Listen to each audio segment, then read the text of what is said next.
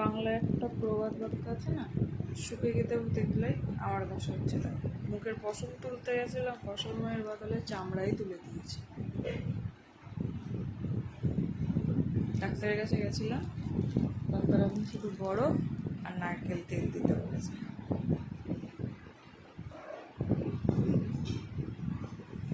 কতটা কি বুঝতে পারছো জানি না, সুন্দর হতে গিয়ে মুখ পোড়া বাদরের মতন হয়ে গেছে।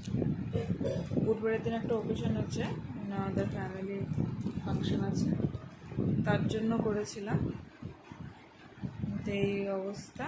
আজকে শনিবার, আজকে নেয়ার 4 দিন। যদি ঠিক হয় তাহলে গেলাম, আর যদি ঠিক না হয় কপাল। আমার মতন ভুল কিন্তু তোমরা কেউ করো না বাবা। যখন উঠেছে না, মনে হচ্ছে মুখে কেউ অ্যাসিড ছুঁড়ে মেরেছে।